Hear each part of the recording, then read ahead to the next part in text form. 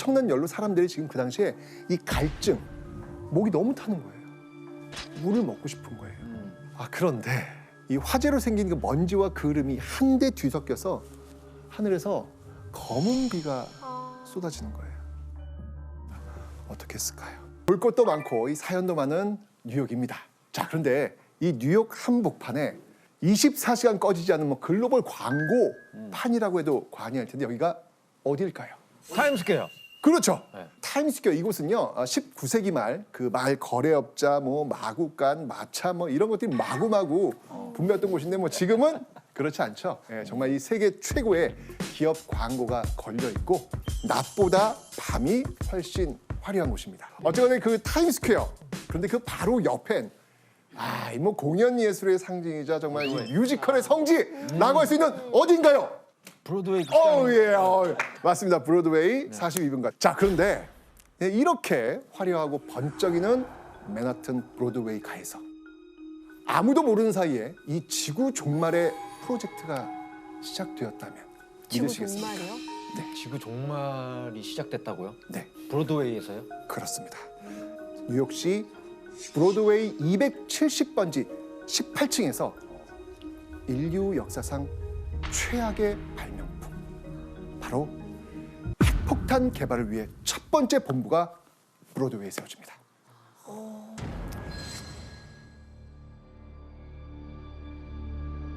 제2차 세계대전의 이 발발과 함께요, 독일 나치즘이 극에 달할 무렵 이 맨하튼을 시작으로요, 시카고, 뭐 워싱턴 DC, 그다음에 버클리, 하여튼 미국 30여 개 도시에서 맨하튼 프로젝트라고 불리는 전 지구적 기밀 연구가 시작됩니다. 이 극비로 개발된 핵폭탄은요, 인류 역사 최초로 일본 열도에 투하됩니다.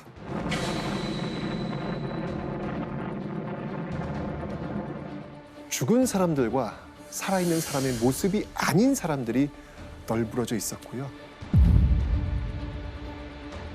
일본이 하와이 진주만을 공습한 그날 약 350개의 비행기에서 폭탄이 쏟아지기 시작합니다. 무지하고 무모하고 보통 깡으로는 되는 게 아닌데. 복수의 칼날을 갈고 온 미국.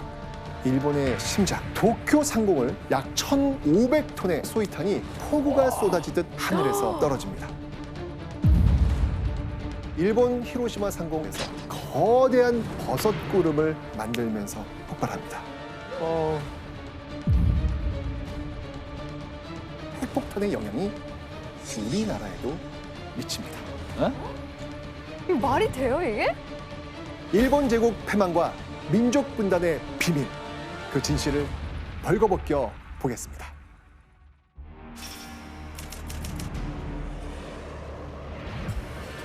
인류 역사상 그 최악의 무기라 할 수 있는 이 핵폭탄. 이 핵폭탄이 만들어지기까지 그 원인을 처음으로 제공한 나라는 어디일까요? 원인을요? 원인을. 그럼 다른 나라라는 얘긴데 미국이 그렇죠. 아닌 다른 나라. 미국이 아닌 거라는 건데. 만들 수밖에 없었다. 독일? 근데 저는 사실 이 질문을 던질 때 저는 일본이요라는 답을 하실 거라고 생각했는데 맞습니다. 바로 독일입니다. 그러니까 이 악마의 화신 그 히틀러의 두 손에 핵무기가 들어갈 수 있다는 그 소식이 유럽과 미국에 과하게 퍼집니다. 너무 끔찍해요, 히틀러가 핵 가졌으면은 지금 저희는 없었. 지구는 그냥 독일이죠. 그냥 지구는 지금 저희가 독일어로 얘기하고 있을 수도 있어요. 독일이죠. 이게 1930년대 후반 이 독일에서 이 우라늄 원자를 쪼개는 실험에 성공했다는 소식이 파닥에 퍼지면서요. 가만히 있을 수 없다는 그 판단을 내린 과학자들은요. 가장 위대한 물리학자, 여러분 아마 잘 아실 겁니다. 상대성 이론의 주인공. 누굽니까? 상대성 이론이요? 네. 소크라테스요. 저는 소크라테스밖에. 그분은 항상 상대성이던데요. 무슨 말만 하면 이 얘기하고 저 얘기하고. 당시 미국 대통령이 누구였냐면요. 바로 루즈벨트였습니다. 자, 그래서 가만히 있을 수 없다는 그 판단을 내린 과학자들은요. 자, 바로 이 아인슈타인을 찾아가서 이 루즈벨트에게 좀 편지를 좀 써달라고 설득을 합니다. 어떤 내용이 담겨 있을까요? This new phenomenon would also lead to the construction of bombs, and it is conceivable, though much less certain, that extremely powerful bombs of a new type may thus be constructed. A single bomb of this type, carried by a boat and exploded in a port, might very well destroy the whole port together with some of the surrounding territory.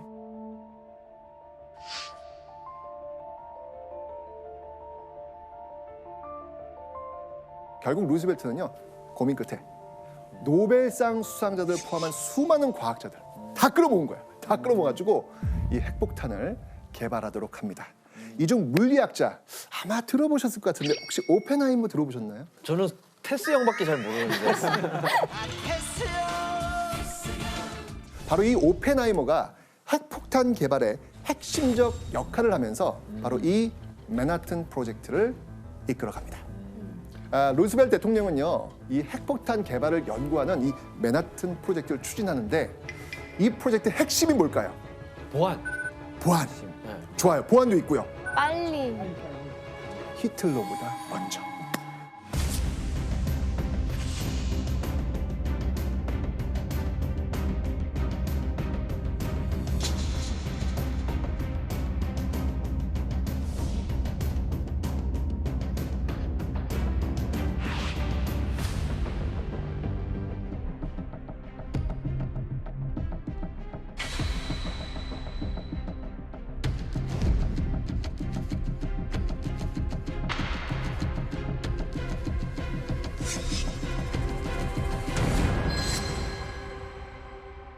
자, 그런데 어느 날 이 당시 부통령이었던 이 트루먼이 루즈벨트 대통령의 그 비서실로부터 전화 한 통을 급하게 받습니다.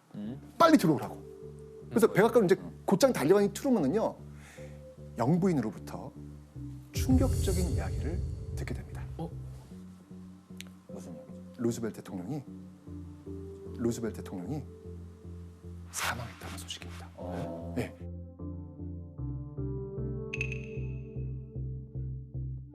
바로 이 뇌출혈로 사망을 했던 거예요. 깜짝 놀랐겠죠. 자, 어쨌거나 이 몇 시간 뒤 이 곧바로 트루먼은요, 루즈벨트의 그 후임자가 되어서 대통령직을 물려받고 취임식을 치르게 됩니다. 자, 여기서 제가 이제 문제를 한번 내보도록 하겠습니다. 자, 문제 한번 보겠습니다. 자, 대통령 취임식을 치른 후 트루먼은요, 맨하튼 프로젝트의 담당자로부터 보고를 듣고 또 한 번 깜짝 놀랍니다. 그 이유는 무엇일까요? 깜짝 놀란 거. 네, 정답. 루즈벨트가 돌아가셔서. 이게 돌아가셨다는 얘기는 이미 깜짝 놀랐고, 이미 놀랬고. 이건 두 번째 깜짝 놀란 두 번째, 건데 두 번째. 왜 깜짝 놀랐을까? 정답. 정답. 정답. 정답. 트루먼도 모르고 있었던 트루먼도 모르고 있었다. 그 정도의 극비로 진행됐다.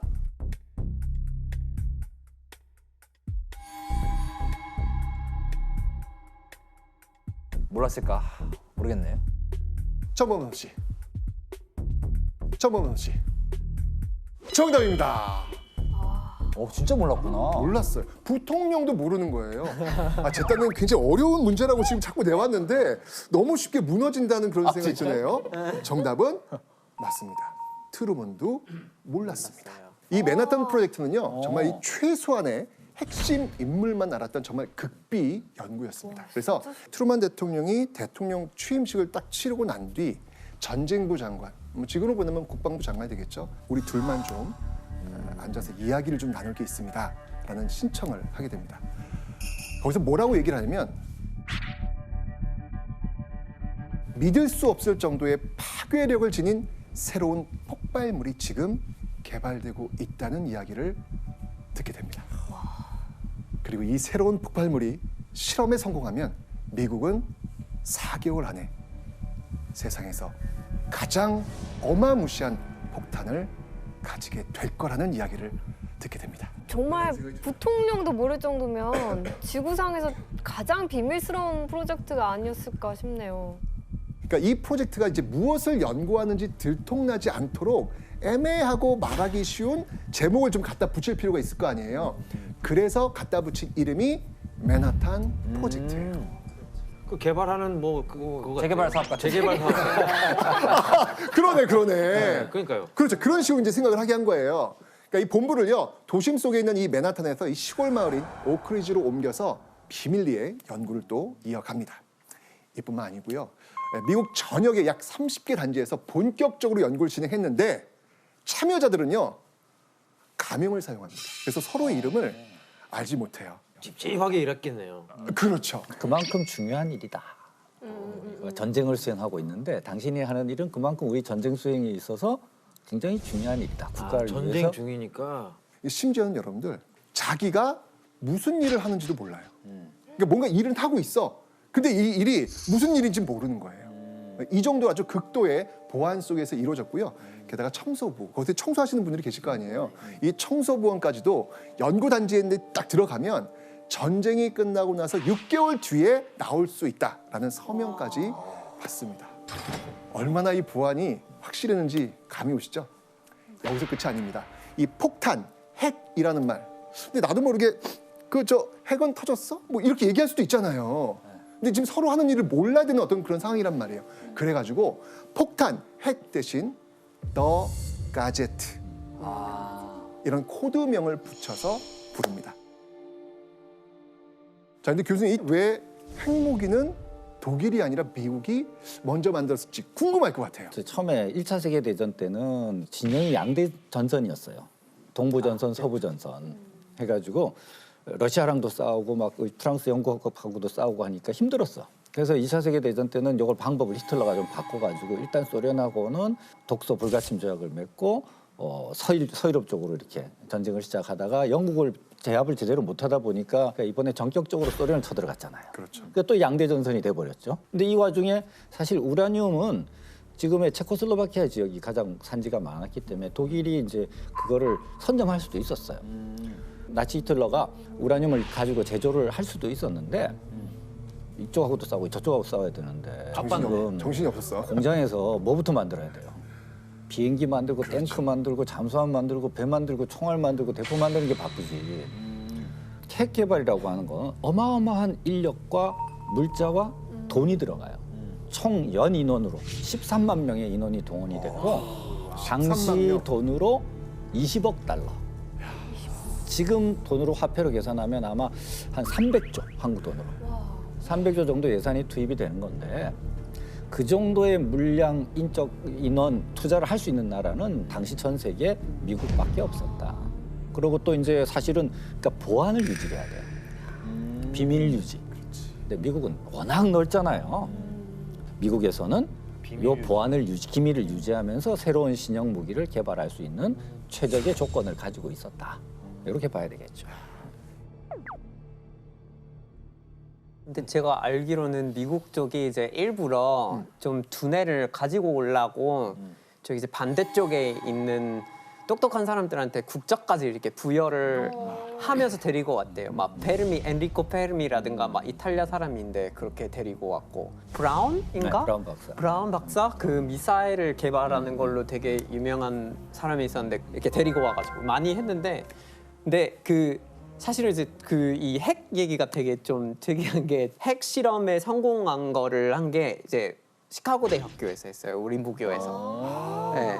그래서 학교 캠퍼스 가보면 원래 운동장이 있었어요. 학교에 막 미식축구 하고 했던. 근데 거기서 핵 실험을 한 거예요. 운동장에서요? 대학교에서 진짜 네, 진짜 학교 대학교에서 운동장인데 그걸 빌려서 거기서 한 거고 그 성공하니까 이거를 좀 기념하고 거기에다가 도서관을 지어버렸어요. 아니, 땅이 남아 있어요 아직? 거기서 실험을 그거를 했는데? 했던 땅이 남아있지는 않은데 그 위에 도서관이 있고 그 실험을 했던 자리에 조각이 막 그런 기념비가 있어요. 그거를 가지고 약간 학교의 문화가 그래서 공부만 한다는 걸로 좀 미국 대학 사이에서 시카고 대학이 정말 공부를 잘한다. 그런 네. 이미지가 좀 있어요. 네, 그런 거 관련돼서. 타일랜드 학교에서도 이렇게 핵실험을 할 정도인데 어쨌거나 이 나치 독일은요 핵폭탄을 개발하기 전에 폐망한 겁니다. 네. 그 사이에 이제 미국은 이제 최초의 첫 번째 핵폭탄 바로 더 가제트 개발을 끝냈고요. 그 위력을 확인하기 위한 트리니티 테스트. 요게 이제 코드명이에요. 이것도 역시 마찬가지로 계속 이제 입에 올릴 수 없으니까 이 트리니티 테스트, 핵무기 테스트를 하는데 이 동이 트지 않은 그 컴컴한 새벽, 미국 뉴멕시코주 사막에서 이루어집니다. 그러니까 일반 사람들이 쉽게 접근할 수 있는 뭐 목장, 도시, 거주지를 제외한 겁니다. 그리고 정확히 보기 위해서 평평한 지형이 필요했던 거예요. 뻥 뚫려 있으니까. 그렇죠. 시야가 확보되는 넓은 장소가 필요했던 겁니다. 이 조건을 만족한 곳이 바로 뉴멕시코주 사막이었던 것입니다. 자, 이날 이 90명이 넘는 사람들이 테스트에 참여했는데요. 이들의 눈앞에 드디어 기괴한 모양의 핵폭탄 가제트가 공개됩니다. 더 가제트입니다. 아, 동그래요?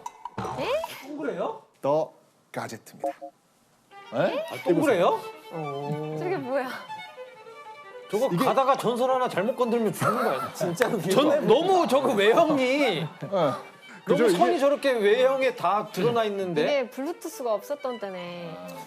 실험실에 있는 그대로 그냥 옮겨놨다고 보시면 되는 거예요. 아, 저게 터지는 거예요, 저게? 그렇죠. 이게 진짜 그렇게 핵폭탄- 크지는 않네요. 사람 옆에 서 있는데 그렇죠. 그렇게 근데 크지는 않네. 위력은 어마어마합니다. 저거 상상을 조그만 초월합니다. 네. 선생님 그래서 결국에 이게 성공하나요? 이 폭탄이? 드디어 모두가 보는 앞에서 이 가제트는 점화됩니다.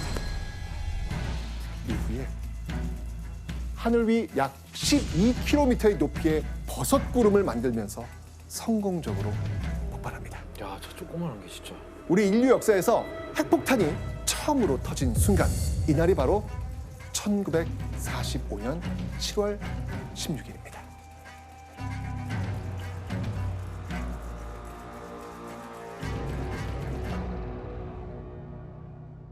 A hand-built device will melt desert sand and turn night into day, rendering every previous weapon of war obsolete in a few millionths of a second. 끌어올리죠 지금? At 5:31 a.m., a mechanical timer in the command bunker clicked at the end of its track. 진짜 저러고 있네.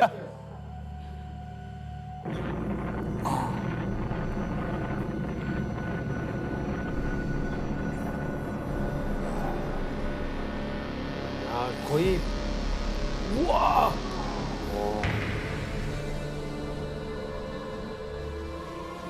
와, 이게 실제 영상이야? 진짜 어마어마하죠. 너무 무서워요. 아니 무서워요. 저는 이거 보면 이렇게 소름이 돋더라고요. 어우, 저게 핵폭탄의 위력이구나. 자, 이때 이 핵폭탄 폭발을 지켜본 과학자들이 이렇게 증언을 합니다.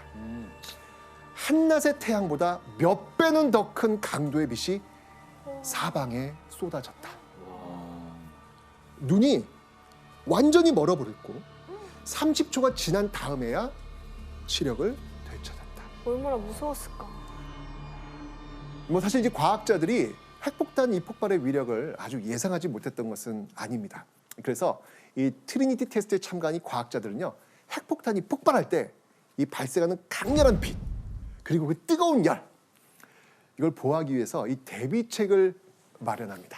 여기서 제가 문제를 한번 또 드리도록 하겠습니다. 요거는 못 맞추실 거라고 저는 확신합니다. 요거는 자, 문제 나갑니다. 트리니티 테스트를 참관한 뉴욕타임스 기자는요, 과학자들의 이 대비책을 보고 괴기스러운 장면인데 라고 표현합니다. 과연 어떤 모습이었길래 괴기스럽다라고 표현했을까요? 대비책. 너무 쉬운 거 아닙니까? 오호! 뭐죠? 쉽다고요? 아니, 어떻게 선생님이 해요? 말씀하실 때 네. 그 열을 어느 정도 예상을 했다면서요. 주변이 사막 아닙니까? 여기서 이제 머드팩이 나오는 거예요. 온몸에 물을 적신 그 사막 모래를 여기 바르는 거지. 진이 몸에다가. 모래인데 머드가 될까? 모래는 안 돼요? 물로 이렇게 적시면 안 되나요? 땅 파고 있는 거 아니에요? 아, 땅을 팠다. 틀렸습니다. 네. 뭐하지? 뭐하지? 혜성. 그 엄청난 빛이 나온다 하셨잖아요. 네. 그러면 양산? 아, 양산. 오답입니다. 지원 씨가 머드팩을 발랐다면서요. 발랐네. 온몸에. 네. 아니 혜성 씨 이거 맨날 들고 다니잖아요. 어? 네. 네. 뭐?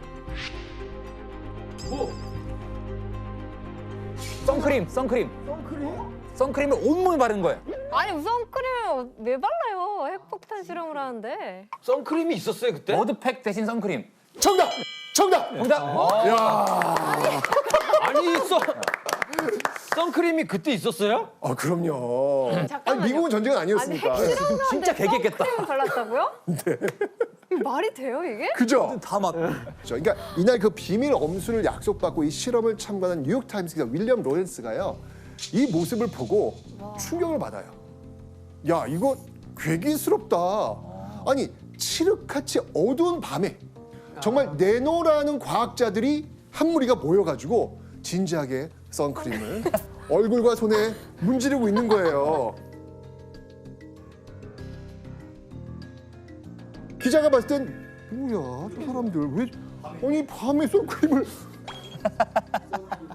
얼굴과 손에 또 그 외에도 그 왜 용접할 때 여러분들 왜 이렇게 보면 검은 유리 있죠. 아 그렇죠. 예. 그 두꺼운 그 검은색 유리판을 이렇게 두르기도 했고요. 심지어 이 맨하튼 프로젝트의 책임자였던 그 오펜하이머와 이 그로브스 장군마저도요. 그 현장, 폭발 현장에 가서 신발에다가 이 종이 덮개만 이렇게 두르고요. 이렇게 다니는 거예요, 이렇게. 그것도 괴기스럽네요. 야, 이게 지금 말이 됩니까? 이 지금이었다면 어떡해. 와, 이게 완전 무방비구나라는 걸 알 수 있습니다. 놀랍죠? 새 신발들 신으셨나? 왜 발은 보호하면서 저렇게 몸은 내둔 거야? 발을 보호할 정도면 자기 몸을 보호해야 된다는 생각을 안 할까?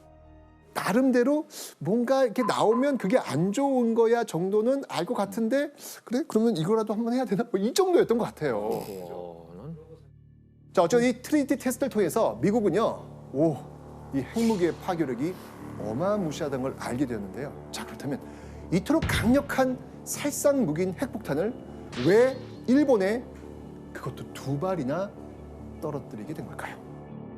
그리고 인류 역사상 인간에게 최초로 투하된 핵폭탄과 우리의 분단이 어떤 연결고리를 가지고 있는지 그 비밀을 파헤치기 위해 우리 두 번째 여행지로 떠나보도록 하겠습니다. 패키지가 좋은데요? 여러 군데 가네. We can dig it right. I can hear the thunder coming from your mouth, and I know my number's up. Give me some Stevie Wonder, click, put it on before we go under. 물 색깔 봐. 우와. 서핑의 천국이죠. Can't love me unless you love you too. Treat yourself like nothing but a fool. 아 터틀베이 아닙니까? 가보셨구나. 저는 여기서 유학을 했잖아요. 아 그렇구나. 음식 또 유명하잖아요. 하와이 새우가 또 유명하죠. 네. 새우가 맛있죠. 슈프림. 야,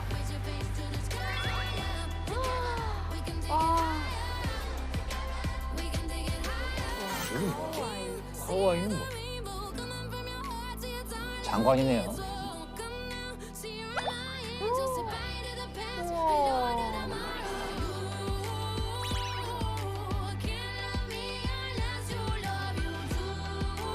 저기 가봤어요. 여기 가. 발이 쩍쩍 붙어요. 땅을 밟을 때마다. 네. 이게 화산섬이 시커매가지고.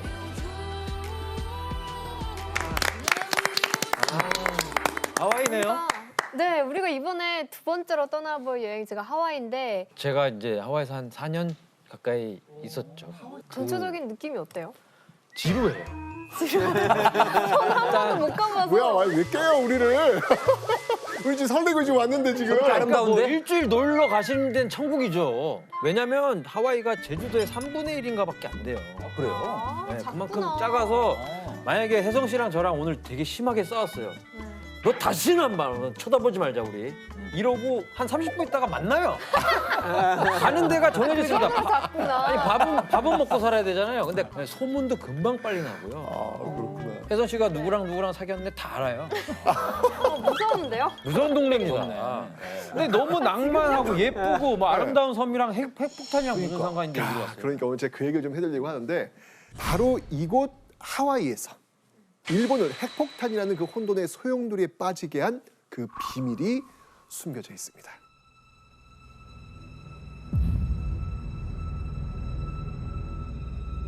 자, 트리니티 테스트가 있기 4년 전 하와이 오아후 섬의 진주만으로 한번 가보려고 합니다. 진주만. 진주만 이야기 한번 해보면 눈을 한번 상상해 보세요. 푸른 바다, 에메랄드빛. 너무 좋잖아요. 그리고 새하얀 모래가 이렇게 눈앞에 쫙 펼쳐져 있습니다. 따뜻한 햇볕이 내리쬐는 하와이. 그리고 평화로운 일요일. 브런치 먹어야 되는데 일요일이면. 자, 그런데요. 이때 머리 위로 까만 비행기들이 한 대, 두 대 나타나더니 하늘을 새까맣게 뒤덮기 시작합니다. 곧이어서 약 350개의 비행기에서 엄청난 굉과 함께 폭탄이 떨어지기 하와이로요? 시작합니다. 하와이로요? 환상의 섬, 지상 낙원이라 불리던 이 하와이가 말 그대로 불지옥으로 변한 그날 1941년 12월 7일입니다.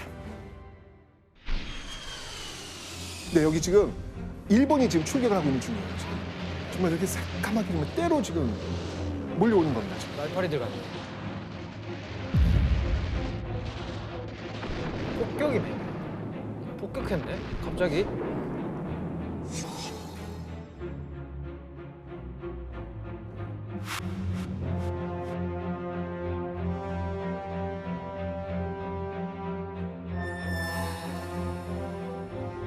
그 잘 나가던 미국이 이렇게 폭격을 받아서 쑥대밭이 될 거라고 누가 생각을 했겠습니까?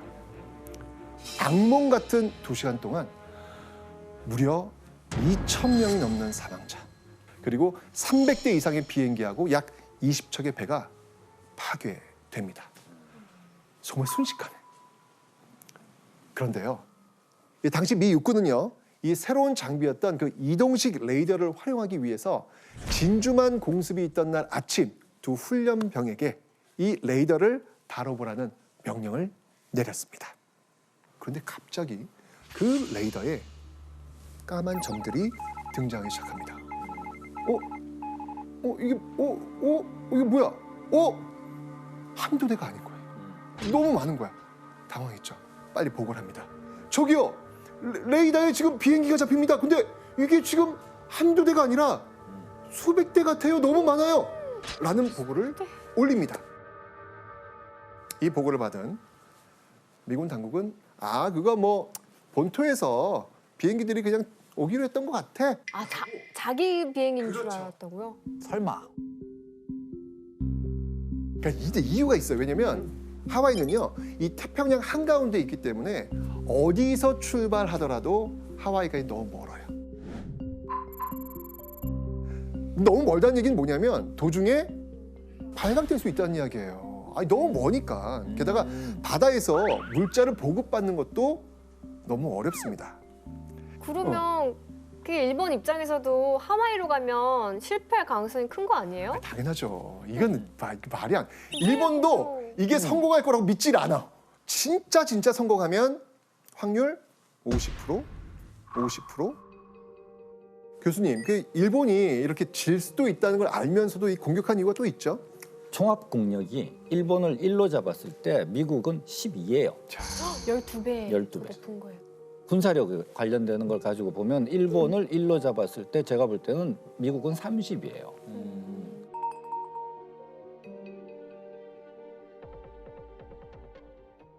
그럼 이제 궁금하시죠? 아니 이게 성공 확률도 이게 낮은데 왜 일본은 왜 그랬을까요? 이런 무모한 작전을 감행했을까? 당시 일본은요, 이 태평양 일대에서 지금 세력을 확장한 어떤 그런 상태였거든요. 근데 이걸 저지하기 위해서 미국 루즈벨트 대통령이 일본의 그 석유를 포함한 모든 수출을 딱 금지해 버립니다. 자, 이 수출 금지를 해제하는 조건, 이제까지 일본이 획득했던 모든 영토를 내려놓는 것, 포기하는 거였죠. 일본이 그럴까요? 어떻게 지들이 뺏은 건데 그걸 놓겠어요? 당연하겠죠. 그런데 이건 심각한 거예요. 왜냐하면 지금 비행기, 배 움직이려면 뭐가 필요해요? 석유가 필요할 거 아니에요. 연료가 필요할 거 아니에요. 지금 이 석유의 거의 80%를 미국에서 지금 수입하고 있는 상황이었거든요. 그런데 지금 그 미국이 끊어버린 거예요. 야, 이러면 그냥 어떻게 보면 그냥 올스톱이 된다는 가정도 세워질 수 있는 겁니다. 그죠? 결국은 동남아 지역으로 그쪽에 있는 유전, 여기에다가 눈길을 돌리게 됩니다. 근데 태평양에 지금 누가 버티고 있어요? 미국이 버티고 있잖아요. 미국이 딱 버티고 있으니까 동남아 지역의 유전을 확보하기 위해서는 분명히 미국에 대한 선제 타격이 필요하겠다. 그것이 어디였을까? 그것이 바로 일요일 진주만. 여기를 공격해서 미국의 기세를 꺾어 버리겠다라는 작전을 세운 겁니다. 진짜 무모하다. 되게 비효율적인 그렇죠. 작전인데?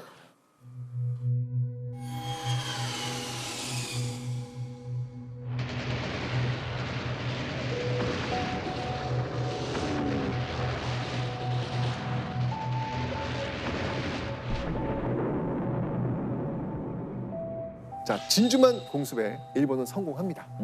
자, 이제 그 다음 목표는 뭘까요? 동남아로 가야 그렇죠. 그렇죠. 네, 아시아 태평양 지역으로 쭉 내려가는 겁니다. 이후 말레이시아, 싱가포르, 인도네시아, 필리핀, 미얀마를 침공하기 시작했고 유전까지 성공적으로 확보합니다. 아 잠깐만요. 하와이를 쳤잖아요. 네. 그리고 그 동남아 가서 그거 먹을 동안 미국 가만히 있었네요, 그러면? 그러니까 하와이에 있던 미 태평양 함대, 그러니까 해군 세력이 거의 괴멸됐죠. 태평양 함대가 다시 재건되는 게 한 6개월 걸립니다. 그러니까 그 6개월 동안은 일본이 무주공산이었죠. 자기 마음대로 했죠. 이러면 이제 일본의 콧대가 어떨 것 같아요? 기세등등하죠. 자, 이렇다면 한번 우리 미국 한 번 더, 한 방을 더 매겨볼까? 라는 생각을 하는 거예요. 그래서 다음 타겟을 정합니다. 아마 여러분들 들어보셨을 텐데 미드웨이 해전, 미드웨이 해전, 미드웨이. 아 미드웨이도 미국이에요? 미국령이었습니다 당시. 예, 산호초 섬이에요. 예, 산호초 섬인데 여기에 이제 이 미국 배들이 들어와 있었거든요. 바로 이 미드웨이를 칩니다.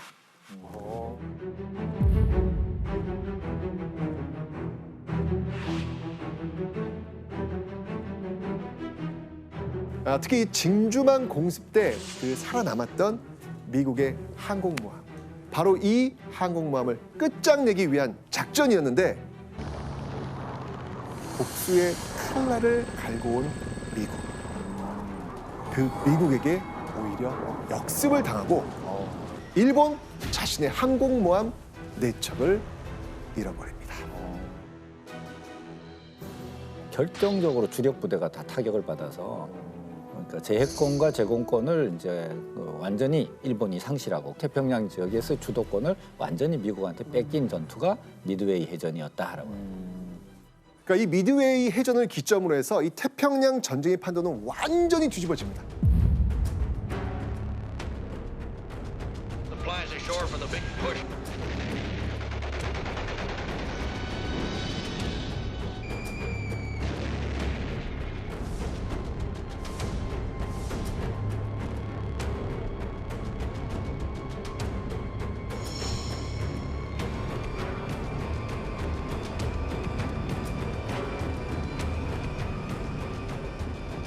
이제 일본은 완전히 수세로 접어들는 상황이란 말이죠.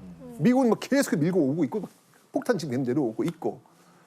그런데 말입니다. 일본은요, 항복을 수치로 여겨요.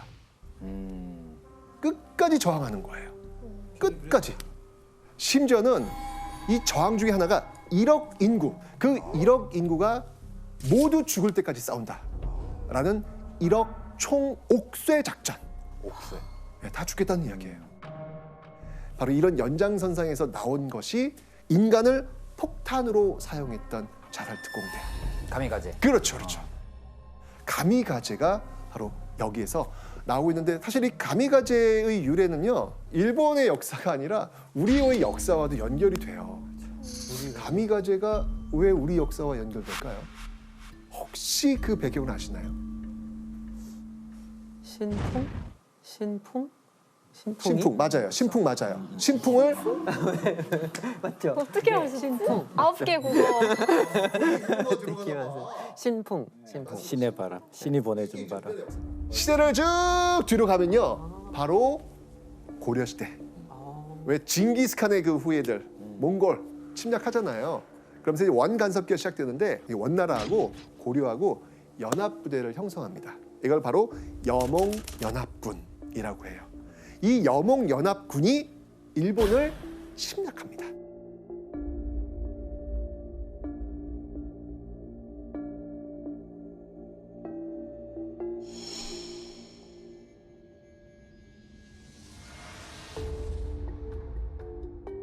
그런데 이게 웬일? 그 막강한 여몽연합군이 왜 그랬을까요? 가자 했는데 섬이었던 거야. 일본 치러 가자 했는데 섬인데 가자. 선생님 저 기억날 것 같아요. 선생님 저 기억날 것 같아요. 그 어딘겨?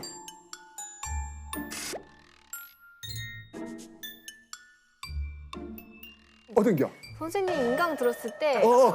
아니 진짜 기억이 나요. 아 좋은 인터넷 강의. 그 일본에서 어. 일본 입장에서는 고마운 바람이 불어줘가지고 그 여몽 연합군이 도망간 거 아닌가요? 제 랜선 제자입니다. 제 랜선 제자입니다. 박수 한번. 선생님 저잘 컸죠? 아우 너무 좋아. 네, 맞습니다. 아니 바람 불었다고 가요? 어떤 바람이었을까요? 바닷바람. 바닷바람. 그렇죠. 네, 어떤 바다를 바람? 건너오지를 못하는 거예요. 무슨 바람? 태풍. 아 태풍이었구나. 그렇죠. 이게 태풍이 몰아친 거예요. 아, 근데 왜 하필이면 태풍 보는데 그때 가가지고 태풍이 와가지고 제대로 싸우지도 못하고 그냥 철수했던 것. 그래 몽골은 지상전이야. 이걸 딱 본 일본 사람들이 야, 이거는 신이 일본을 지켜주기 위한 바람이다.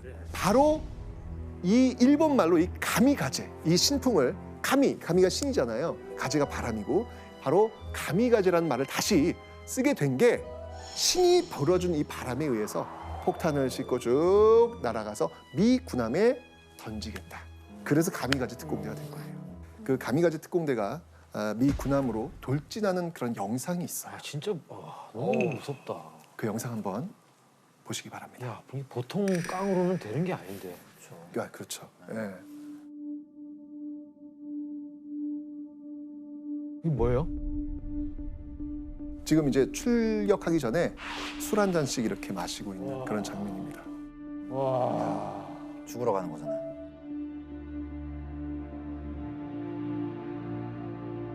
여기에 10대들도 있어요. 조종사 10대들도.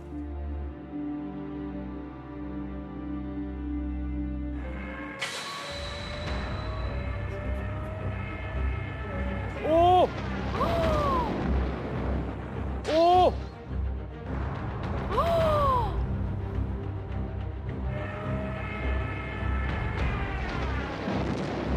비행기를 그냥 때려 박는 거예요? 네, 비행기가 폭탄이 되는 거죠. 그렇죠. 그래서 이 소리가 되게 유명해. 가미까지 비행기가 가가지고 띵 하는 이 소리가.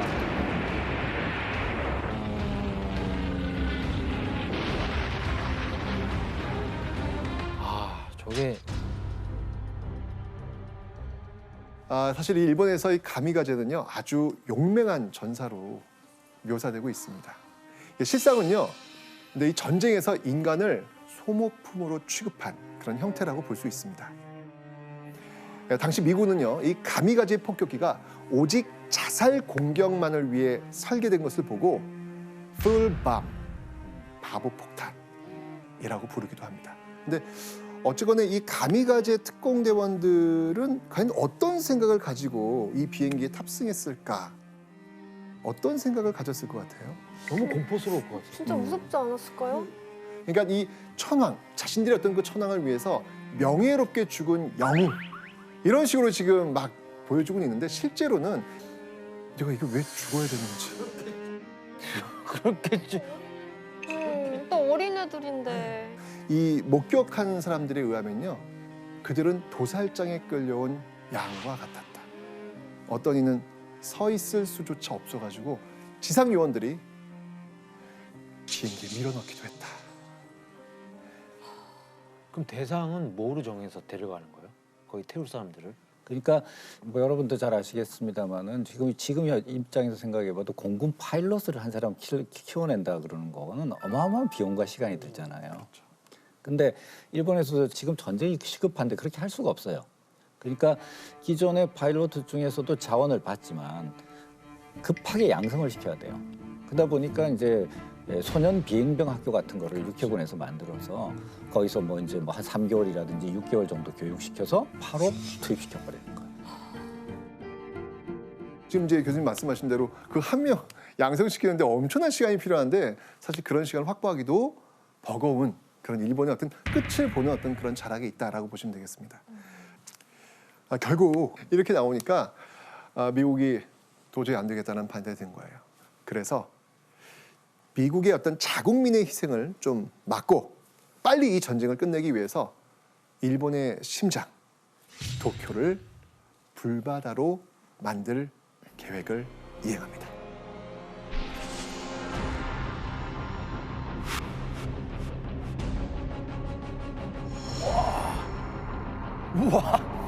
이야.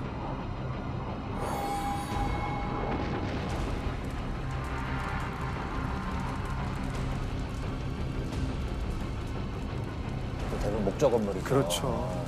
이거 뭐 피해가 어마어마했던 거예요. 이게.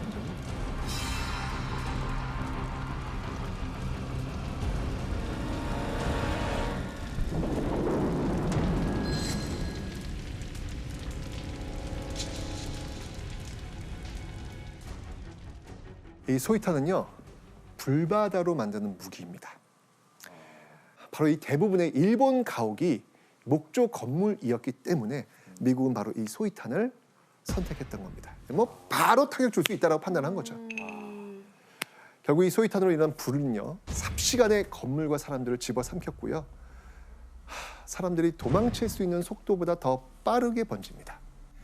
화염 폭풍이 일으킨 바람이 워낙 거세가지고 부모가 아이 손을 잡고 도망갈 거 아니에요. 근데 그 바람이 너무 세가지고 그 아이가 그 불길 속으로 빨려 들어갈 정도였어요. 타 죽지 않은 사람들은요, 이 불이 산소를 모두 막 태워버리니까 뜨거운 연기 속에서 질식해서 죽었고요. 끔찍한 열기로 이 화재 현장 가까이만 가도 화상을 입거나 옷이 화르르르 타버릴 정도였습니다. 아이고. 그러니까 모두가 잠든 이 깊은 밤에 도쿄는 한동안 한낮보다 더 밝은 밤이었다. 이렇게 볼 수 있는 것이죠. 미군은 이를 시작으로 일본의 60여 개 주요 도시에 소이탄, 이 폭탄을 도쿄뿐만 아니고요. 투하하기 시작합니다. 완전 이제 끝내겠다는 이야기죠. 예, 이제 42년 미드웨이 해전, 43년 과달카날 전투를 겪으면서 사실 거기서 전쟁 끝냈어야 되거든요. 그러니까 일본이 사실 항복을 했어야 돼요. 이 군사사 쪽에서 볼 때 전쟁 이야기할 때 이제 뭐가 있냐면 우리가 사람이 신체 기능이 있잖아요. 몇 % 손실이 일어나면 기능이 제대로 안 될까요? 예를 들어서 반 이상 나면 끝나는 거 아니에요? 반까지 갈까요? 예, 손상률이 30% 정도가 되면은 이미 더 이상 전투를 할 수가 없어요. 그러면 거기서 그만둬야 돼요. 이게 항복하는 게 그게 순리거든요. 근데 일본이 그걸 안 하는 거예요. 그러다 보니까 미국이 선택한 것은 일본하고 계속 그런 식으로 하면 미군들도 굉장히 희생을 보게 되니까 폭격. 그래서 일본 사람들이 전쟁에 대한 공포, 전쟁에 대한 기억 중에 가장 당신은 전쟁하면 뭐가 가장 두렵습니까? 라고 물어보면 일본인들의 기억은 뭐냐면 하늘에서 불벼락이 쏟아지는 거예요. 불비. 맞습니다. 어쨌건 이 수차례 벌어진 그 미군의 대공습으로 일본의 주요 도시들이 완전 초토화됩니다. 전 이 점이 정말 분노스러워요. 아니 항복을 안 해요 일본이. 항복을 안 해요. 끝까지 싸우겠다는 의지를 계속 표현하는 거예요. 결국 미국의 트루먼 대통령은 결심을 합니다. 핵폭탄 투하로 이 전쟁을 종결시키겠다고 마음을 먹습니다. 이제 일본에 투하된 인류 역사상 가장 무자비한 대량 살상 무기 리틀 보이가 등장합니다. 이겁니다. 인류 역사를 뒤바꿀 운명의 날. 이 핵폭탄 투하지를 히로시마로 정한 미 공군은요, 일본을 정말 악몽으로 물들일 길이 3m, 무게 약 4톤인 리틀 보이를 폭격기에 싣고 남태평양 티니엄 섬에서 출발해가지고요, 드디어 최종 목적지 히로시마로 전속력으로 내달립니다.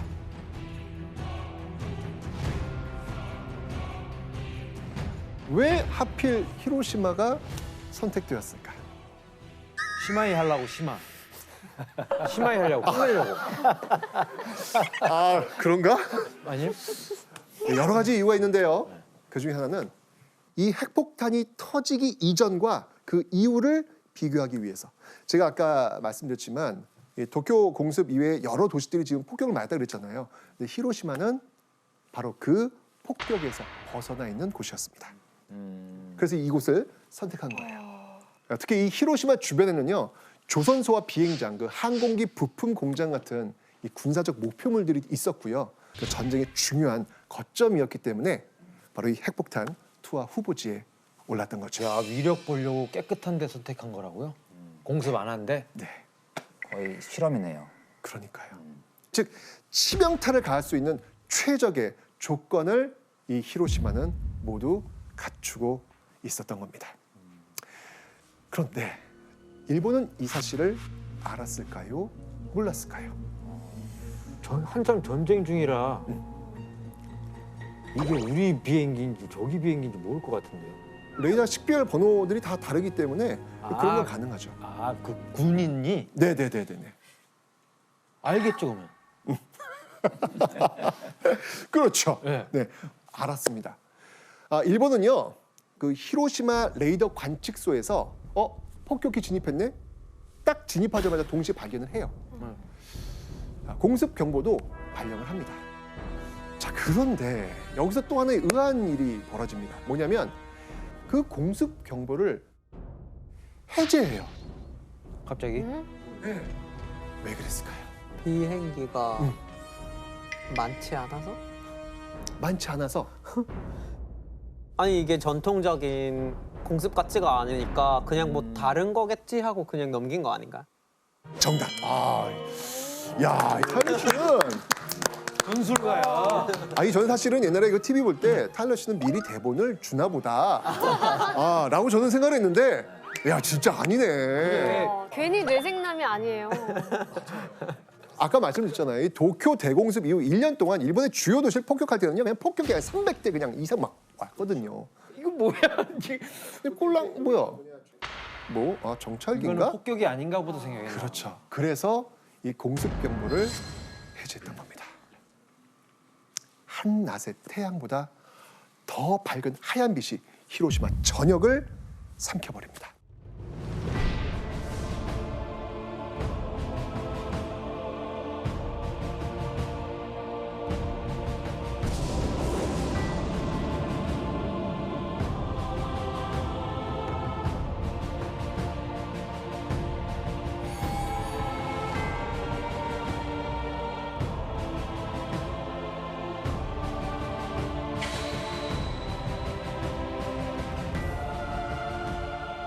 이 핵폭탄이 터지면 어떤 과정을 거치냐면 일단 번쩍합니다. 번쩍, 그 다음에 소리, 쾅. 그 다음엔 뭐가 오는지 아세요? 열. 그 뜨거운 열이 몰려옵니다. 이 폭발 직후 이 태양의 흑점 온도와 비슷한 약 4,000도의 열 폭풍이 밀려옵니다. 이 타 죽은 사람들은요, 약 2,000도의 상태에 노출이 되는 거예요. 조금 전까지만 해도 전차가 있었고 학교가 있었고 공장이 있었고 그리고 사람이 있었고 다 그대로 있었는데 이 평범한 도시가 리틀보이가 터지면서 완전히 지워져 버린 겁니다.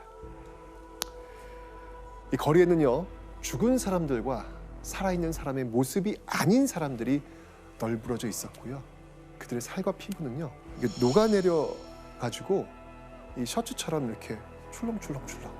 예, 이런 어떤 그 모습들, 얼굴은 온통 불에 데웠고요. 특히 제가 이 안구가 이게 녹아내린답니다. 정말 이 당시 도쿄 라디오에서는요, 사람, 동물, 모든 생명을 가지고 있는 것이 말 그대로 죽음 속에 그슬렸다라고 발표할 정도였습니다. 당시 여기에 피해를 본 그 사람들의 사진이 있는데요. 그거 이거 못 볼 것 같아. 살았다고? 거기서? 옷이 타버리는데. 그냥 뒤인 거죠? 지금 그냥 타버린 거예요. 데여가지고 네, 타버린 그냥 거죠? 타버린 겁니다. 지금 치료를 받고 있는 모습인데 지금 얼굴이 못 보겠어. 이 핵폭탄 투하로 히로시마 인구 약 14만 명이 죽습니다. 이 히로시마의 끔찍한 재앙이 내린 뒤요, 트루만 대통령은 미국이 핵무기를 일본에 투하했다는 사실을 그제서야 전 세계에 발표합니다.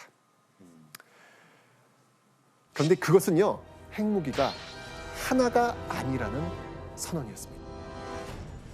A short time ago, an American airplane dropped one bomb on Hiroshima. These bombs are now in production, and even more powerful forms are in development. If they do not now accept our terms, they may expect a rain of ruin from the air, the like of which has never been seen on this earth. Behind this air attack will follow sea and land forces in such numbers and power as they have not yet seen, and with the fighting skill of which they are already well aware. 자, 이쯤 되면 이제 어떻게 반응을 보여야지 정상일까요? 살려주세요. 네, 살려주세요. 그가 정상이죠. 그렇죠. 그게 정상이죠. 게다가 이렇게 너무나도 수많은 이 시민들이 지금 죽어나갔잖아요. 그럼 당연히 살려주세요. 나와야죠. 항복하지 않아요.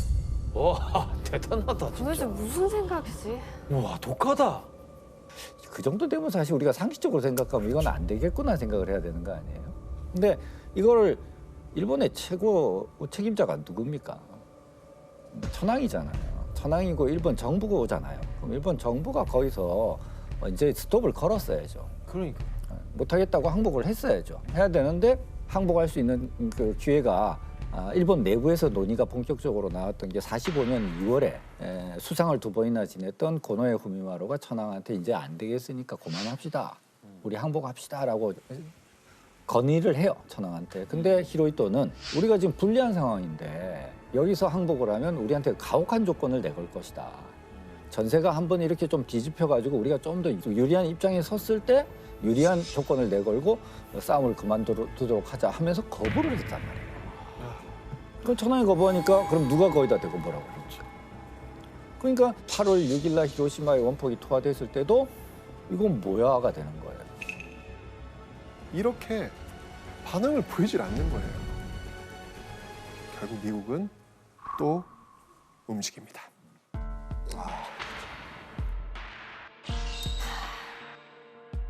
미국이 히로시마 핵폭탄 투하 3일 만에 인류 전쟁사에서 그 유래를 찾기 힘들 정도의 어마어마한 파괴력을 보인 핵폭탄 팬맨.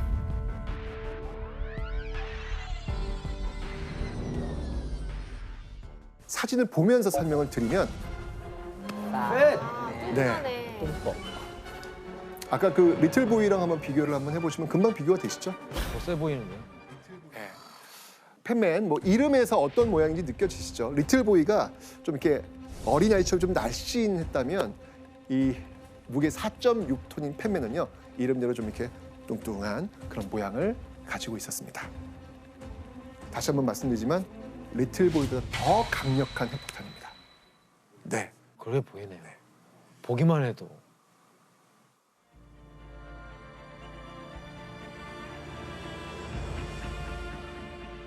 이 팬맨은요 나가사키 상공 약 600m에서 폭발했고요. 조준점에서 약 3km 벗어나가지고 4만 명 정도가 직사합니다.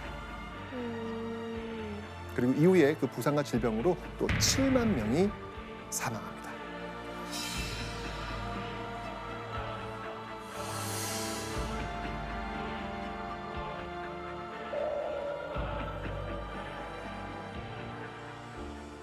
더 끔찍한 거는요. 이 당시 이 열이 엄청나잖아요. 그 엄청난 열로 사람들이 지금 그 당시에 이 갈증, 목이 너무 타는 거예요. 물을 먹고 싶은 거예요. 아 그런데 이 화재로 생긴 그 먼지와 그름이 한데 뒤섞여서 하늘에서 검은 비가 쏟아지는 거예요. 어떻게 했을까요? 이거 안 돼. 마시면 안 돼. 그걸 뭐? 입을 벌리고 그 검은 비를 마십니다. 그건 지어낸 얘기 아닐까요? 아니요. 몇 천도가 넘는 열이에요.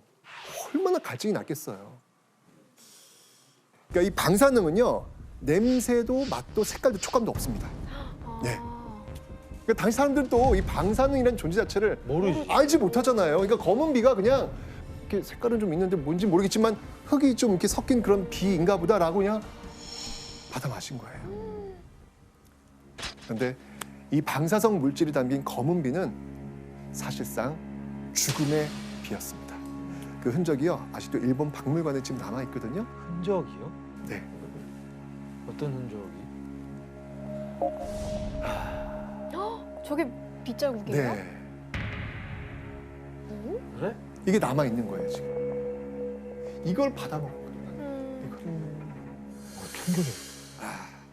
뭐 물론 이제 핵폭탄에 직접 피해를 보지 않았던 사람들도 검은 비를 맞아서 피폭자가 될 수밖에 없겠죠.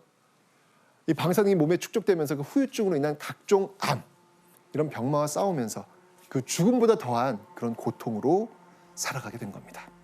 살아남아도 살아남은 게 아니네요. 그렇죠. 이 핵폭탄으로 이렇게 히로시마, 나가사키 두 도시가 지옥으로 변하게 되죠.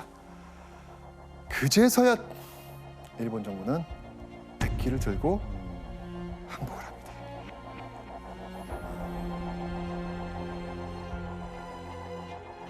型機を耐え忍び型機を忍びもって万世のために太平洋を開かんと欲す。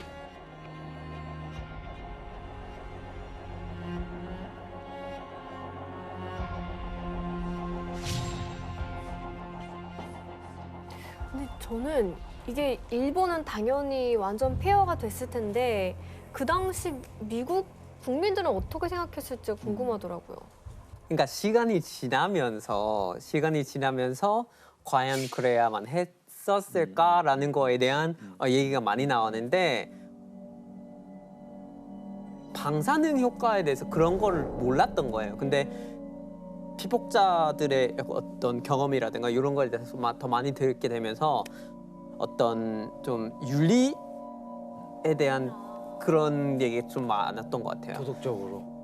네, 도덕적으로 해야만 했었나, 뭐 굳이 왜, 뭐 이런 얘기들이 있었는데, 근데 전쟁부 장관을 맡고 있었던 스팀선이라는 사람이 있어요. 근데 그 사람이 아무래도 더 빨리 전쟁을 끝내야 되는 점도 있었고, 소련하고의 관계가 전쟁이 끝나는 대로 바로 대립이 있을 거라고 알고 있었기 때문에 이거를 갖고 있다는 걸 또 보여주고 싶은 게 있었대요. 아, 나중에 뭐 소련과 냉전이 있을 걸 예상하고. 네네. 근데 이게 핵폭탄을 맞는 사람들한테도 엄청난 당연히 뭐 죽음과 공포지만 저 핵폭탄이 어떤 건지 알면서 저걸 떨궈야 되는 조종사의 입장에서도 평생 안고 살아야 되는 어쨌든 자기가 민간인들을 무고한 민간인들 죽인다는 걸 알고서 하는 거잖아요. 근데 몰랐을 거 아니에요. 위력을. 그렇죠.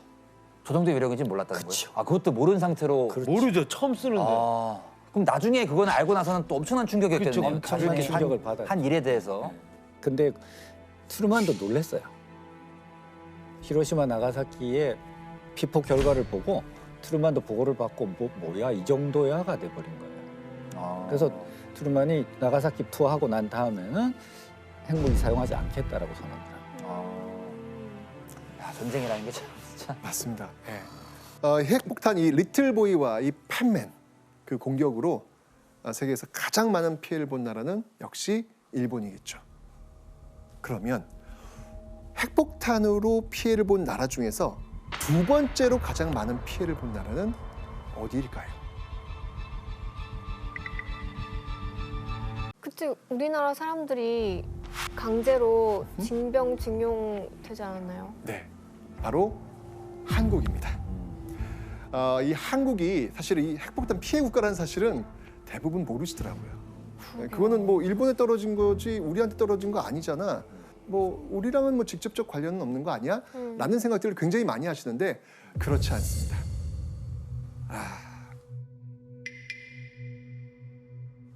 이 두 번의 핵폭탄 투하로 인해서 당시 한국인 사망자는요 약 4만 명. 4만 명. 어디서? 한국이- 일본 내에서요? 네. 피해자는요 7만 명에 달합니다. 아니, 근데 히로시마가 산업 도시였다고 말씀하시죠? 네. 그러니까 산업 도시인데 인력을 딴 데서 데리고 올 거면 그런 산업 도시로 데리고 올 거 아니에요. 그러니까 히로시마에 좀 조선인들이 좀 있었지 않았을까요? 맞습니다. 굉장히 좋은 지점을 말씀을 해주셨는데 바로 이 핵폭탄이 떨어졌던 그 나가사키 그리고 히로시마 여기에 조선인 노동자들이 워낙 많이 있었어요. 그럼 일단 직접적 피해는 받을 거 아니에요, 그죠? 이것뿐만 아니라 또 다른 이유로 더 많은 피해자를 양산시킵니다. 자, 여기서 제가 문제 한번 내보도록 하겠습니다.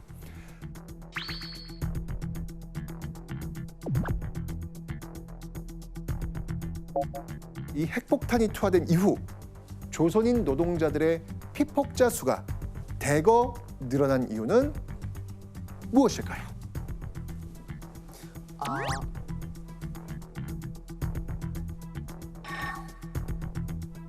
막 투하 이후 방사능은 굉장히 오래 남았기 때문에 그 지역에서 그러면 노동자를 보내야 될 거 아니에요. 정리를 하거나 아니면 재건을 하거나 해야 되는데 분명히 전쟁이 끝났는데도 거기에 남아있는 사람이 있으면 거기서 계속 남아있을 거 아니에요. 정답입니다. 네.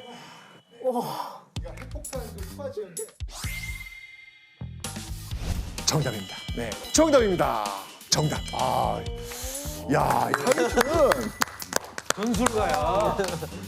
그러니까 핵폭탄 그 투하 지역에 투입되어 가지고 사후 처리를 했기 때문에 그래요. 그러니까 원폭 현장의 그 사후 처리하고 이 도시 복구에 조선인들이 동원된 겁니다.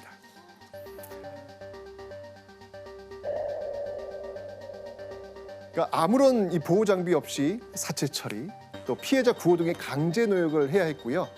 핵폭탄 투하 지역을 청소해야 됐기 때문에 피폭자 수는 늘어날 수밖에 없었던 거죠.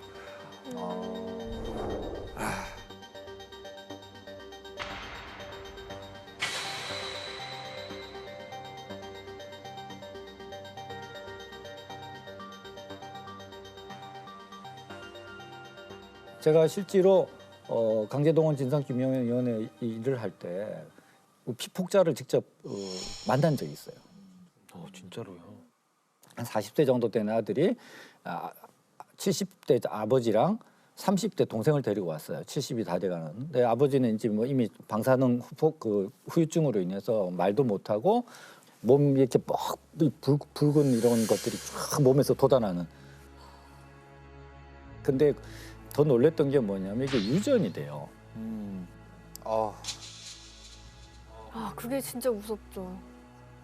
큰 아들은 괜찮은데 30대 작은 아들이 똑같은 증세가 나타나는 거예요. 이야, 이게 정말 무서운 거구나. 당대에 끝나는 게 아니고 현장에서 끝나는 게 아니고 자식들한테까지 물려줄 수 있다라고 하는 게 이건 정말 있어서는 안 되는 일이고 사용돼서도 안 되는 것이고 전쟁 자체가 없어야 되지만 다시는 핵무기를 전쟁에서 써서는 안 되는구나 하는 거를 우리가 아니 저도 저 핵폭탄이 떨어지고 굉장히 많은 일본인이 죽었다는 건 알고 있었는데 우리나라 사람이 그렇게 몇만 명이 희생당했을 거라고는 상상을 못했어요. 그러니까요. 몰랐어.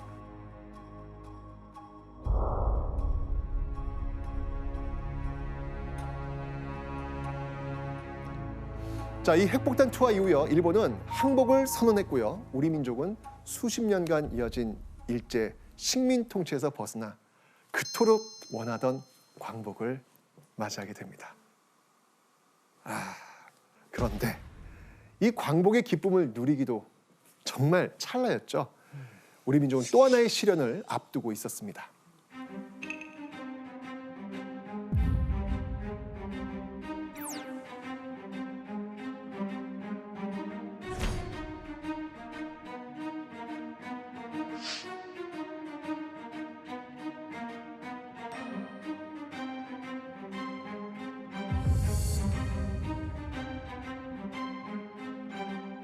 자, 이제 2차 세계대전은요, 막바지로 치달아서 연합국은 전쟁 이후 철회돼 구체적인 합의를 해야 했고, 미국과 영국, 소련 지도자들은요, 이 크림반도에 있는 얄타에 모이게 됩니다.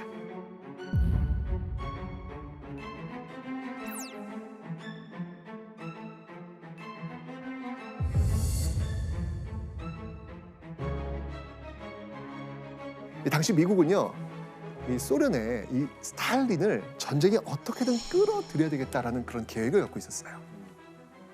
결국 얄타 회담에서요, 소련은요, 독일이 항복한 날로부터 2개월 또는 3개월 후에 이 대일전에 참여하겠다라고 약속을 합니다. 근데 문제는 뭐냐면 너무 지친 거예요. 독일하고 지금 싸우느라고 너무 힘이 지금 들어있는 그런 상태였습니다. 그래서 좀 시간을 좀 끌면서 참전을 미루고 있었던 것이죠. 자, 이 미국의 이 원폭 투하 후 이제 본격적으로 일본의 패전 분위기가 확산되니까 다급해진 스탈린은요, 즉각 대일전 참전을 결정합니다. 이 자신들이 참전하기 전에 일본이 항복을 해버려. 그러면 향후 이 동아시아 세력 재편에 있어가지고 소련은 미국에 비해 불리해지는 거예요. 그죠? 자, 여기서 이제 문제 한번 드리도록 하겠습니다. 대일전에 참전한 소련이 함경도 땅에 발을 막 내디디려는 순간 미국은요, 소련에 긴급 제안을 합니다. 소련도 합의하에 제안을 받아들입니다. 자, 과연 미국은 어떤 제안을 했을까요? 좀 역할 분담을 하지 않았을까요? 역할 분담, 어떤 역할 분담? 뭐 어디까지는 네가 하고 어디까지 내가 할게, 뭐 이런 합의가 좀 있지 않았을까요? 이게 서로 좀 효과적으로 움직여야 되니까. 아닙니다. 이때 38선 언급을 한 거예요? 이때 38선 언급을 한 거예요? 저한테 지금 물어보신 거예요? 38선은 6.25 아니에요? 타이러 씨. 정답입니다. 정답입니다. 바로 38도선을 그어 한반도를 분할 통치하자라는 제안을 합니다. 그게 그때 나온 거예요? 맞습니다. 38선이 그때 생긴 거예요? 네, 맞습니다. 6.25 때문에 생긴 게 아니에요? 6.25 전쟁 때는 휴전선. 와, 이때까지 모르고 있었어. 38도선은 직선이잖아요. 전쟁하니까 이렇게 삐뚤어진 거예요. 결국 대한민국은 지구상의 유일한 분단 국가로 현재까지 남아 있습니다. 자, 이렇게 일본에 떨어진 이 핵폭탄은요, 우리에게 광복의 기쁨과 분단의 슬픔, 바로 이 두 요소에 이렇게 큰 영향을 미쳤습니다.